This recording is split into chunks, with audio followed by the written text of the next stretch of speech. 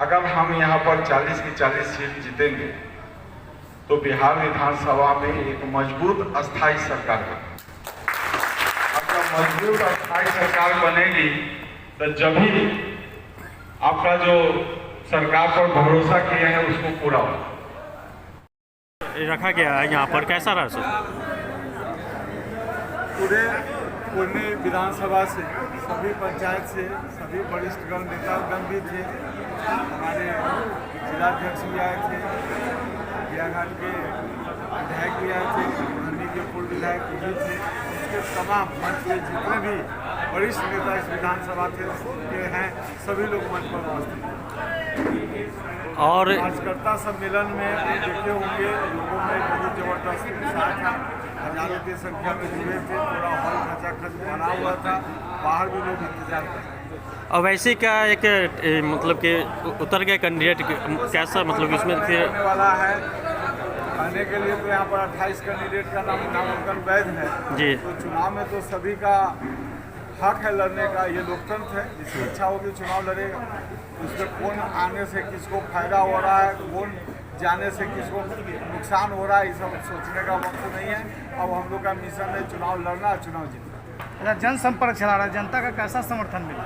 जनता का समर्थन तो अब जब आप लोग पूछेंगे तो क्लियर बताएंगे। हम लोग के लिए तो जब करते हैं जनसंवाद तो हुजूम का हुजूम उमड़ पड़ता है, लगता है कि पूरा बिहार जो इस बार बदलाव के रूप में है।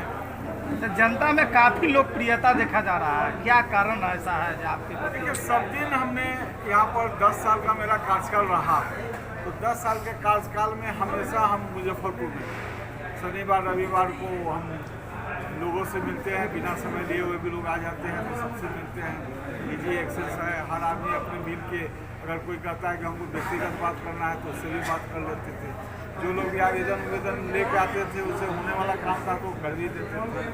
जो जिला प्रशासन यहाँ कोई पैरवी भी रहता था वो भी ले जाके साथ कर देते थे, तो उसका फायदा हमको मिला। कभी किसी से हमने नाम नहीं पूछा, कभी किसी से दल नहीं पूछा, कभी किसी से ये नहीं पूछा कि आप हमको वोट दिए कि नहीं दिए, जो आया उस वक्त क्षेत्र में लोग निराश है, बोल रहे हैं कि अभी तक अजय निषाद हमसे मिलने तक नहीं आया है। आ जाएंगे ना, अजय निषाद तो 10 साल से ही है, आज जिनको जरूरत होगी बुलाएंगे। हमारे कार्यकर्ता है ना, अभी तो एक को टिकट मिलने में भी काफ़ी विलम्ब हो गया, मेरे पास समय भी नहीं है। 10 वर्ष आप बीजेपी के सरकार में रहे हैं और मुजफ्फरपुर में अहम मुद्दा आती है रोजगार।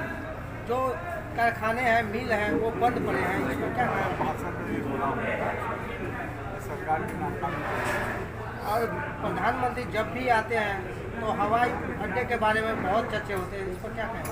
हवाई अड्डा लेकिन बने नहीं। राज्य सरकार जमीन उपलब्ध करा के नहीं देगी, नहीं बनेगी। केंद्र सरकार ने ऑलरेडी लिख के मुझको दिया हुआ है, लेटर अगर आपको चाहिए तो आकर दे दीजिएगा। 2015 में ही उन्होंने लिख के दिया था कि हवाई अड्डा के लिए जमीन जो है 420 एकड़ जो है बिहार सरकार ने लिख के अगर दे दिया ये हवाई अड्डे को, नगर विकास मंत्रालय को, तब हवाई अड्डा चलेगा। राहुल गांधी बोले हैं कि 8400 रुपया प्रत्येक माह ये जो राशन का ख़त्म करके 8400 प्रत्येक को एक अकाउंट में जाएगा, क्या सही है? वो तो घोषणा पत्र में जो भी घोषणा पत्र में, हाँ घोषणा पत्र में जो भी लिखा है सभी का पालन होगा, उसमें कहीं से कोई दिक्कत नहीं है। इससे पहले भी सरकार जो भी कही है उसको पूरा की है। अच्छा। अब उल्टा धारा में बढ़ रहे हैं, अब उल्टा धारा में बढ़ रहे हैं तो तैरने में ताकत भी ज्यादा लग रहा है और सांस भी फूल रहा है और लक्ष्य भी दिख रहा है। मुझे इतना विश्वास है कि आरजेडी के कार्यकर्ता, एनडीए गठबंधन के कार्यकर्ता नदी को सुखा देंगे लेकिन मुझे डूबने नहीं देंगे।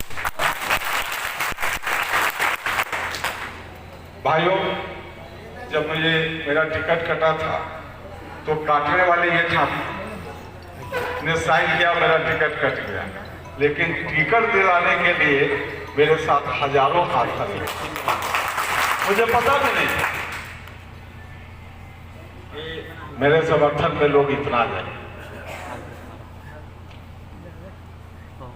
बात जब कांग्रेस से बनने लगा, जब मुझे एहसास हुआ कि प्रत्याशी हो सकते हैं, तो जोड़ घटाव का आंकड़ा हम लोग शुरू किए जोड़ना, तो खाई तो बहुत ज़्यादा दिख रहा था। तो मैं कुर्नी में एक हमारे भाई हैं, नाम नहीं बताऊंगा, अच्छा नहीं लगेगा, मैंने उनको फ़ोन किया कि भैया कांग्रेस से हम प्रत्याशी हो रहे हैं, आपका क्या आकलन रहेगा। तो उन्होंने हंसते हुए कहा कि अरे एमपी साहब, आप तो होम्योपैथ की दवा है, किसी को फायदा नहीं किए हैं तो नुकसान भी नहीं किए हैं। आप बहुत वोट से चुनाव जीतिएगा, आप हिम्मत से आगे बढ़िए। आरजेडी संगठन पूरा मजबूती से साथ रहेगा। हम लोग बूथ स्तर तक ले काम किए हुए। 2005 में जब हम यहाँ से आरजेडी से चुनाव लड़ रहे थे विधानसभा का, तो उस समय का आरजेडी और अभी का आरजेडी में बहुत ज़्यादा फर्क हमको दिखा। उसका एक छोटा सा उदाहरण दूंगा। टिकट मेरा होली के एक दिन पहले कटा, और होली के दिन सुबह में सबसे पहला अगर किसी का फोन आया तो आरजेडी के राज्यसभा सदस्य मनोज झा जी का फोन आया कि अजय जी आप घबराइए नहीं, हम लोग साथ हैं, हम पार्टी में बात कर रहे हैं। उसके बाद दूसरा फोन आया हमारे जो भी उजियारपुर से चुनाव लड़ रहे हैं बड़े भाई आलोक मेहता जी का, कि अजय जी जल्दी बताइए वैशाली की मोतिहारी। हम कहे भैया दोनों न, अगर हम चुनाव लड़ेंगे तो मुजफ्फरपुर से लड़ेंगे, ये हमारे पिताजी की धरती है। हम लोकसभा चुनाव नहीं लड़ेंगे चाहे हम चुनाव नहीं लड़ेंगे। परिस्थितियां बदली, उसके बाद सभी लोग लगे। मुझे तो ये भी नहीं मालूम कि कितना लोग कहां से लग रहा है। जब कटिहार में राहुल गांधी की सभा हो रही थी तो मंच में तेजस्वी यादव ने अखिलेश सिंह को कहा कि जल्दी से अजय जी का क्लियर कीजिए, आप लोग काहे लटका के रखे। तो अखिलेश सिंह बोले कि राहुल जी को बोलिए जल्दी से ओके करने के लिए। तो सभी लोग लगे थे, सभी लोग चिंतित थी कि नहीं इनकी उम्मीदवारी होनी चाहिए, इनके साथ जाती हुआ। भाइयों ज्यादा हमको कुछ नहीं करना है इसमें। ये जो चुनाव है और जो हम लोग का इंडिया गठबंधन है, इसमें चाहे आम कार्यकर्ता हो चाहे खास कार्यकर्ता हो, ये सारे लोग का लक्ष्य एक ही है कि यहाँ से इंडिया गठबंधन का 40 के 40 सीट जीते। अगर हम लोग एक दूसरे का सहयोग नहीं करेंगे, एक दूसरे का साथ नहीं देंगे, तो लक्ष्य दूर होता जाएगा। बात बात में विवाद नहीं करना है, थोड़ा सा किसी को आगे कर दीजिएगा तो हम छोटे नहीं हो जाएंगे। हम किसी को सम्मान देंगे तो हम छोटे नहीं हो जाएंगे। हर पार्टी का काम करने का अपना अपना स्ट्रेंथ है। हो सकता है कोई पार्टी जमीनी स्तर पर उतना मजबूत नहीं है, लेकिन अगर उसको हम हाथ पकड़ के हाल समाचार पूछ के कहेंगे कि भैया अरे आप चिंता नहीं कीजिए हम लोग हैं ना, तो उनका भी मनोबल बढ़ेगा। सामूहिक प्रयास से बहुत काम होता है।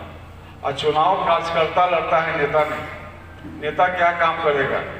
18 घंटा भी अगर काम करेगा तो 10 दिन में 180 घंटा होगा। और 1000 कार्यकर्ता अगर 1 घंटा काम करेगा तो 1000 घंटा। तो ये जोड़ने का चीज है, ये जोड़ने का चीज है। और हमारे साथ तो इतना सारा गठबंधन है, अगर हम लोग सब आदमी काम करेंगे तो बहुत अच्छा रिजल्ट मिलेगा। ये जो लोकसभा जो है, ये समझिए एक चुनौती है, ये सेमीफाइनल है। अगर हम यहाँ पर 40 की 40 सीट जीतेंगे तो बिहार विधानसभा में एक मजबूत अस्थाई सरकार बनेगी। अगर मजबूत अस्थाई सरकार बनेगी तो जब ही आपका जो सरकार पर भरोसा किए हैं उसको पूरा होगा। भाई रंजन जी ने बहुत विस्तार चीज से आपको बताया, उसमें 2 लाइन 3 लाइन और मैं जोड़ूंगा। जब बहुमत 272 सीट पे हो सकता है तो 400 क्यों? तो कहीं ना कहीं इसके मन में खोट है। 400 पार अगर ये आ जाते हैं, संविधान को चेंज करने की बात करते हैं, अगर संविधान चेंज करेंगे तो किसका नुकसान होगा? सबसे पहला नुकसान होगा SC ST का, उसके बाद नुकसान होगा अति पिछड़ा वर्ग का, उसके बाद नुकसान होगा OBC वर्ग का। स्वर्ण वर्ग जो भी है वो आर्थिक रूप से जितने भी लोग हैं उससे बहुत ज्यादा मजबूत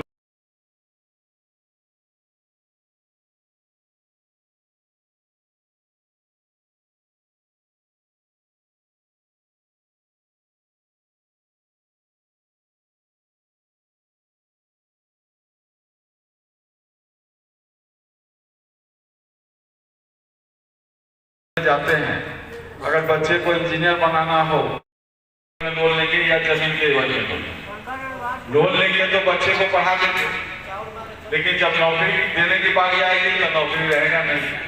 तो नौकरी क्या देंगे? तो नौकरी देंगे कॉन्ट्रैक्ट बेसिस में।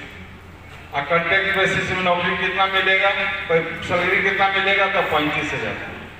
तो ये 35,000 रुपया नौकरी पाने के लिए इतना क्या डिग्री की जरूरत है? वो तो जनरल में ग्रेजुएशन होगा तभी भी उसको वही नौकरी मिलेगा।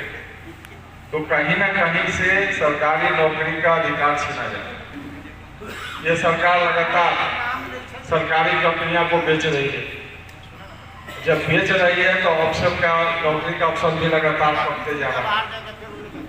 कॉन्ट्रैक्ट नौकरी के में हमने पिछले बार लोकसभा में भी बोला था रंजन भाई कि कॉन्ट्रैक्ट बेसिस नौकरी में आरक्षण का कोई प्रावधान नहीं, उसमें भी प्रावधान करने हो सकता है। टिकट कटने का एक यही कारण रहा। जब नीतीश जी का एक बयान आया था कि जातीय गणना हम करेंगे, उस समय भाजपा में रहते हुए मैंने अखबार में प्रेस कॉन्फ्रेंस करके बोला था कि जिस देश में गाय भैंस की गिनती हो सकती है उसमें जातीय गणना में आपको क्या दिक्कत है? बाद में हमको डांट भी मिला। आज तो कम से कम ये है कि सभी लोग अपने अपने समाज की स्थिति समझ, ये सब ध्यान देने की जरूरत है। बहुत धोखा और छल के साथ हम लोग को ठगा जा रहा है। और चुनाव तक ले तो इसका फेसबुक व्हाट्सएप देखने नहीं कीजिएगा, बात बात में लड़ाएगा, लगेगा कि एकदम जड़ में भी छिड़ने वाला। अपना बुद्धि विवेक से इस्तेमाल कीजिए, जनता को जागरूक कीजिए। हम घर घर तक जाएंगे। जैसा कि आप जान रहे हैं कि हम लोग के सामने में 2 घोषणा पत्र है, एक कांग्रेस आई का है, माननीय तेजस्वी यादव जी। जनता का विश्वास इस जगह है। माननीय तेजस्वी यादव ने कहा था कि अगर हम सरकार सत्ता में आएंगे तो सरकारी नौकरी देंगे, और सत्ता आने के बाद उन्होंने दिया। तो एक नया लोग का, खासकर जो युवा हैं, उनको एक उम्मीद जगी। और युवा कहते हैं कि जिधर जवानी बदलेगा उधर ही जमाना चलेगा, ऐसा करके था। तो ये सब भी सोचने की बात है। हम लोग का युवाओं का देश है, तो युवाओं की संख्या ज्यादा हम लोग के देश में। तो ये सब फोकस करने की जरूरत है। हम सरकार की बातें जो कहाँ कहाँ विफल है उसको जनता के बीच में बताएंगे, क्या क्या हम लोग का छीना जा रहा है उसको बताएंगे।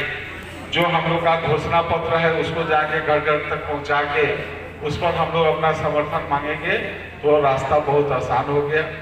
आप लोग दूर दूर से आए हैं, काफी देर से हम लोग भाषण दिए जा रहे हैं। हमको लगता है कि हमारा ही अंतिम भाषण अब है, इससे ज्यादा चिंता नहीं करना है। आप